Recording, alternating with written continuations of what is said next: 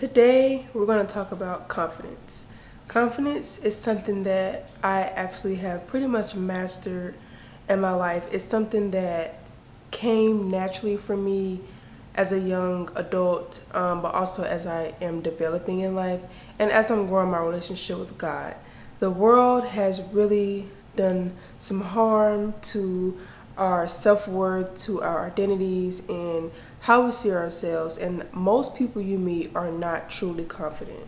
And so we're going to talk about, false confidence and what the world has made it to look like, and then talk about what confidence actually is and how to build your confidence in a healthy, sustainable way that is authentic and true to you and not based on validation and comparison. So, when you are looking to become confident and going on that journey, you are wanting to be confident in your authentic self. So, you want to be confident in your real self and your true nature.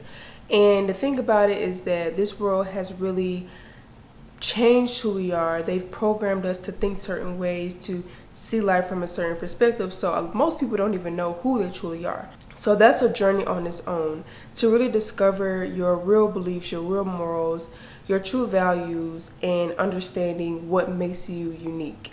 So when you want to build your confidence, you first need to learn who your authentic self is, but that's a whole nother video. So we're just going to speak from a perspective of you know who you are and you know where you want to go in life, and we're going to talk about how to build divine confidence through that.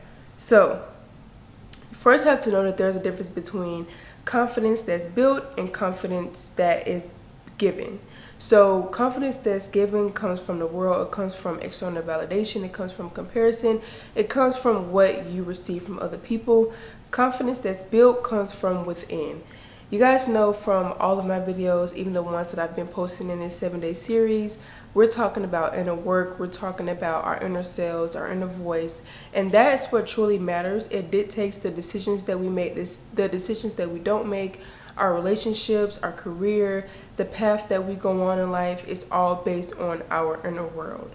So that is the key to changing your life, to changing your mind, to really getting back to your root, is really just being in touch with that inner self and that inner voice. So when you want to build confidence, you're truly connected to your inner being and knowing what you really want and knowing who you truly are from the inside and not based on what's going on the outside. False confidence is based on comparison. So social media has made that very easy nowadays. You can go on social media and see people that you went to high school with, people that you don't even know, people that you are inspired by, and compare your life to them and say that they're doing better than you or you're doing better than them, and that makes you feel good or worse about yourself. There's external validation, so you're doing things in order to get some praise or worship from other people. You're doing things to be accepted by other people. That is false confidence. There's performance, so you're doing things based on your worth, you're doing things based on what you do, you're doing things based on accomplishments or achievements. That is false confidence. And then there's image-driven identity, so you're doing things based on how you look, how you're being perceived by others. That is false confidence. So all of these things that I mentioned are things that are external. So let's just say that anything that's based on external, based on other people, it's not real, it's all false, and it's not true to who you really are. Real confidence is based on your identity. So that's why I said in the beginning, it's important to know who you are, know what you stand for, know what your beliefs are, and know your true personality. It is not based on achievement, so it's not based on your accomplishments, your grades, your accolades, your degrees, your money, your wealth. It's not based on those things. That's just what the world wants you to believe and think.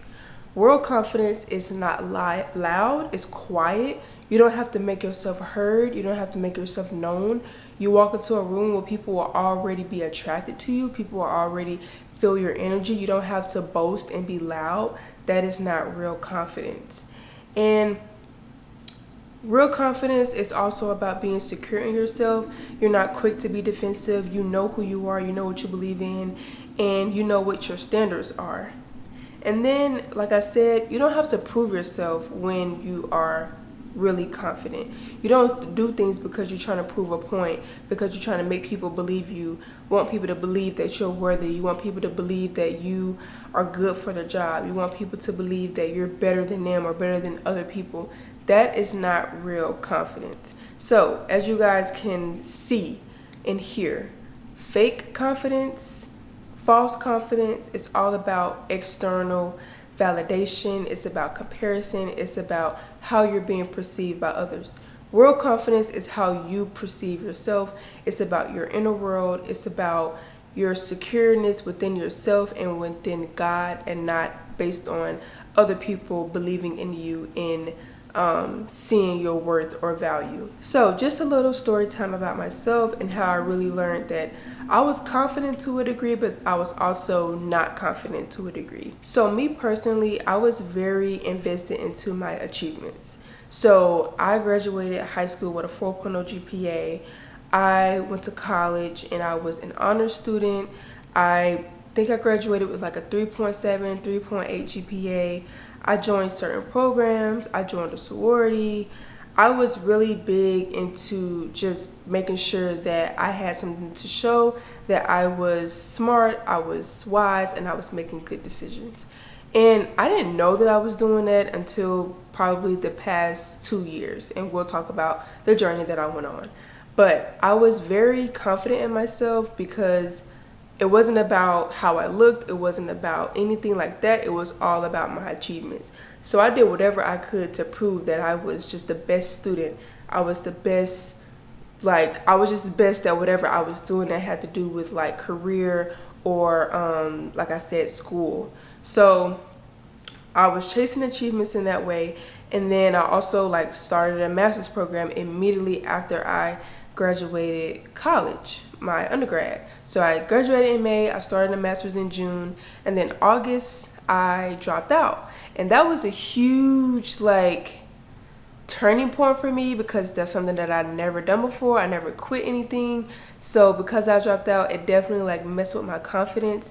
And then I became a personal trainer that following year, but then I still wasn't satisfied and I still felt like I wasn't getting the recognition. So I was like, okay, you know what, I'm gonna go back to school. So then I went to school to be a PE teacher. I did that for 3 months, and then I dropped out of that program because it was I wasn't really feeling it, and it really wasn't aligned with where I want to go in life.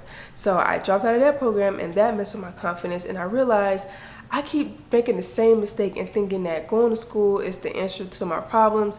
It's going to get me that validation that I'm looking for. It's going to give me that satisfaction in my career that I'm looking for. And it wasn't. So I made the decision that, you know what? I am not going back to school. I want to give myself a year or two to really just heal, to learn my true identity, and focus on building my character, and the career stuff will come after. So this past year, 2025, that's what I did. I stopped personal training. I really stopped focusing on career, and I just focused on myself. I focused on healing, and I just focused on really understanding my mindset and understanding who I am. And then I started a job over the summer, at the end of the summer, and that really helped me to learn myself and learn what my skill set is.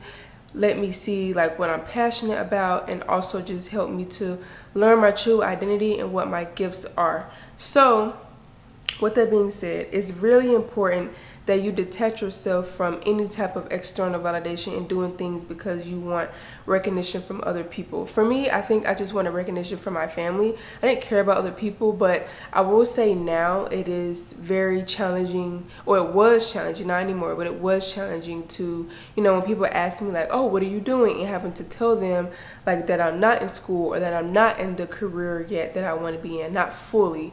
That's kind of hard to do because America has really made us identify ourselves with our career. So for me, that was a huge eye opener for me of letting me see wow, we really do get our confidence from external things. We get it from our jobs, we get it from whether we're married or not, we get it from our children, we get it from just anything that's external and outside of ourselves. So Once I realized that, I really was like, okay, I'm going to take a step back and focus on my inner self, focus on, healing and just learning my true identity. And then I was able to see like where I should be going career-wise on how I want to serve people. So with that being said, I'm going to give you guys 4 tips/action steps to take to build real confidence. Most important thing of all is that you guys need to learn the truth. The truth as in what the Bible says, and then also just knowing that this whole world is an illusion. So knowing that social media is fake, knowing that any type of comparison or competition with other people is a character flaw. If you're competing with another person and they might not even know that you're competing, you need to know that there's something that's going on inside of you that you need to work on and that you need to change. Know that comparison is the thief of joy. Whenever you compare your life or yourself to other people, you're taking away from what God has already blessed you with, and it's just taking away from you being happy and content with your own self and your own life. When you know yourself, like your true self, you don't have to prove yourself to other people. And that's why it's so important to know yourself. Like at my job, as you guys know, if you watch my previous videos, I was promoted within less than 2 months of working at this job.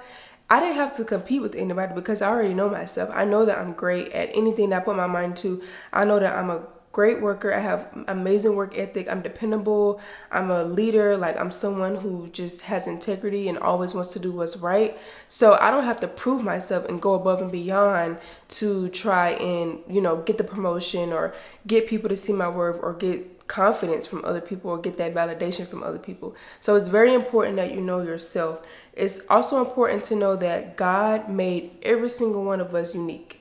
Every single person unique. So comparing is literally pointless. Compare yourself to any family members, to any friends you have, anybody you see on social media, anybody you work with. It is so freaking pointless once you understand and retain the fact that we are all made uniquely. There is not one person on this earth who is just like anybody else. Don't let people tell you, oh, you're just like your mom, you're just like your dad. No, you're not. You may have some similar personality traits and, you may look alike a little bit, on the outside, but you are not just like anybody. And you shouldn't let that define how you operate and how you see yourself. So remember and know that God made every single person unique. All of us are so different. We all have our own strengths, our own weaknesses, our own talents, our own abilities. And that's what sets us apart and allows us to do the work that He wants us to do.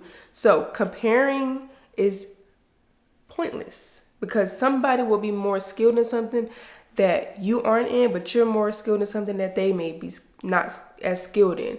And that's okay. We're all made to serve different purposes and help people in different ways.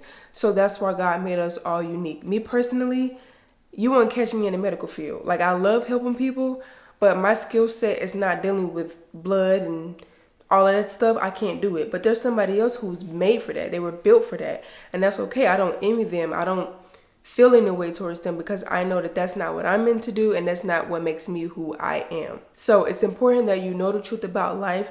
You have to know that all these things in this world are man-made.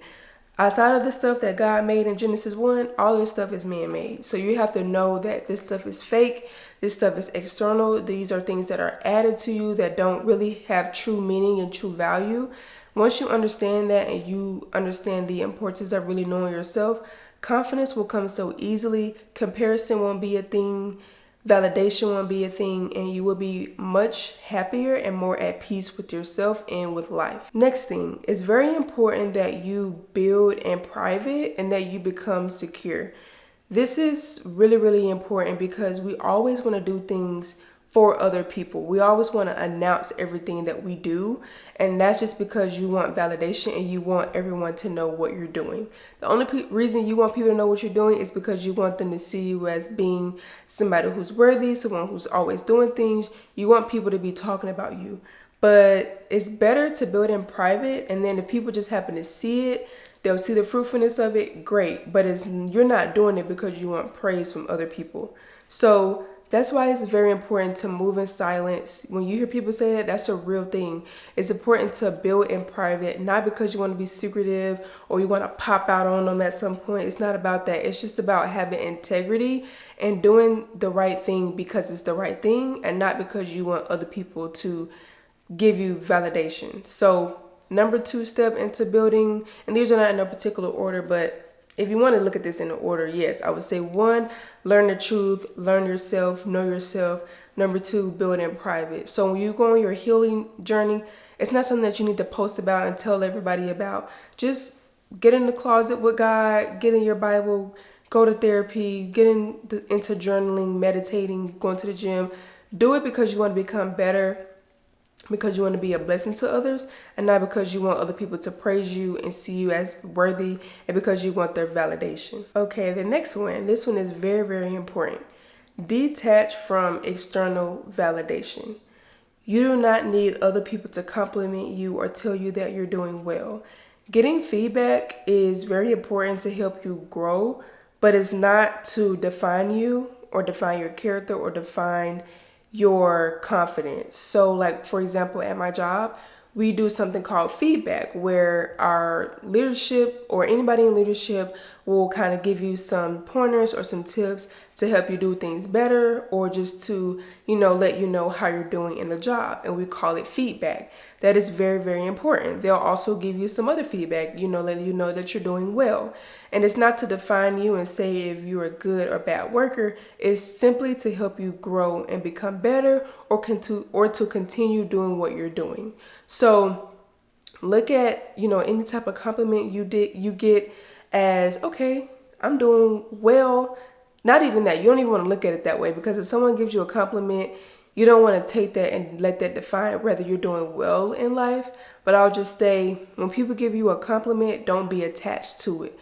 Don't let it move you. Don't let it, put you up on a high horse or put you on a low horse. It's great to get criticism, constructive criticism from the right people who actually care about you and are genuine, because they want to see you do better and they want to see you grow. But when it comes to praises, you don't want to attach yourself to those, because you'll start to see that the only way you'll feel good about yourself is if you're getting those praises. So if you're not getting those praises and those compliments, you're feeling down, you are, feeling like you're doing wrong in life or you're not doing the right thing. And that's not where you want to be in life, because think about it. You don't want to get validation from the world, because the people of this world, they are so worldly. They're so just trapped into this illusion, and they're brainwashed to the point where they will only validate the things that are external. They're not going to compliment you on your patience, on your integrity, on the things that actually matter. They're going to compliment you on your hair, on your makeup, on your shoes, on the fact that you just got your master's. They're only going to compliment you on those things that really don't define who you are. So you shouldn't care or attach yourself to those things. So it's important to detach yourself from external feedback. Use it as growth and not as a way to define who you are. And know that praises do not affirm your identity at all. So like I said, when people give you even positive, affirmations or compliments, don't attach yourself to those things, because you will slowly start to use that as a way to define who you are, and that should never be the case. And then if you ask any of my friends, my family members, this is probably the number one thing that I've been preaching about when it comes to how to build confidence. Learn how to be alone. Y'all, first of all, this right here has been one of the number one reasons why we don't know how to be alone, with FaceTime, with AirPods, and just being able to talk to people 24/7. None of us, or I'm not going to say us because I'm not that person. A lot of people don't know how to be alone. Quick story time. My freshman year of college, and I know I've told this story before. Freshman year of college, I had a roommate that we were from the same hometown. We didn't know each other beforehand, but we knew each other through my best friend and somebody that she knew. They knew each other. So we started to quickly kind of all become an inner circle, not really a circle, but we just knew each other on a different level. And so we were roommates freshman year, but that got so messy and so chaotic. We started to become roommates sophomore year. Our first week, it was nothing but drama. I said, nope, I'm moving away. So I went and I moved with complete strangers into a college dorm. I had my own room, a kitchen. I shared a restroom with one other person. It was an apartment, a college apartment. And that year, I would say that year is when my life really started to change, and my relationship with healing and with God completely changed because I was alone. Like, I was in a relationship, but my husband at the time, boyfriend, he didn't live in the same city as me. So I only saw him like every other week or every 2 weeks. I didn't see him as often as obviously I do now. I see him every day. So I was in this state of being alone. I had friends, but none of them lived in my dorm, so I didn't have to see them every day. We didn't have the same classes, so I still didn't have to see them every day. We had to plan to see each other, and I loved it so much. But that's when I really started my journey of being alone. But for some reason, I've always been someone who's great with being by themselves. Like, I love having my alone time. Even now, like, even though I'm married, I still like to go do things by myself. I like to be in a house by myself. I'm okay with like going out in public by myself. There are people who really don't have that security within themselves, and they need somebody to talk to continuously while they're doing things. They can never do anything alone. So I would say to start to learn how to be alone, go on solo dates in obviously public areas. So going out to eat by yourself, whether it's something small like Chipotle or Chick-fil-A, sitting in their lobby, learn how to go out to eat by yourself. I used to go to the movies by myself. I'll go shopping by myself. Like, I don't need other people with me for me to feel secure or to feel safe or to feel confident. I have that within myself. Also knowing that God is always with me. Learn how to be in silence. That's a huge thing. If you want to build confidence and get more clarity with your inner self and your inner voice, stop turning on music every time you get in the car, every time you're cleaning up around the house, every time you're cooking at the house. Stop always having to call people when you're home alone or when you're in the car or when you're out shopping or out running errands. You got to always feel like somebody has to be with you. That is a huge sign of insecurity and not knowing how to be alone in your own thoughts or just by yourself without having to talk to anyone. So to build confidence, you need to know the truth and you need to know yourself, your true identity, not the identity that has been thrown on you. Build in private, learn how to be secure within yourself and have integrity in everything that you do. So you should always be doing the right thing whether people are looking or not. Detach from external feedback. Know that praises from other people do not affirm your identity, and feedback is a means of growth and not of definition. And then lastly, learn how to be alone. Go on solo dates. Stop calling people every time you're doing something when you're by yourself. Listen to your own thoughts and watch your life change. Divine confidence will really help you to make better decisions, make smarter decisions. And I'll say one more thing, another thing that helped me build confidence that I didn't write down, but I just thought about. I used to be someone who would kind of call people every time, like, I want to make a decision or to get their advice. Like, I would call my stepmom, I would call my dad or my best friend. Nope, I stopped doing that a long time ago. If I want to make a decision, I'm just going to do it. Like, I'm not going to call my whole contact list to get their advice, to get, whether it's a good or bad decision. If it's something that I've been feeling in my spirit, something that I've talked to God about, I've prayed about it, I'm just going to do it. So that's another way to build confidence. And it's kind of like that whole building in private thing and building that security within yourself. Just learn how to make decisions as well without needing a whole bunch of input from other people. So now I'm going to read 2 verses. I have 2 verses for this one because this is a very important topic. The first verse comes from 1 Peter in this chapter 2, verse 9. It says, "But you are not like that, for you are a chosen people. You are a royal priest, a holy nation, God's very own possession. As a result, you can show others the goodness of God, for he called you out of darkness into his wonderful light." So that verse is one of my favorite verses when it comes to having confidence.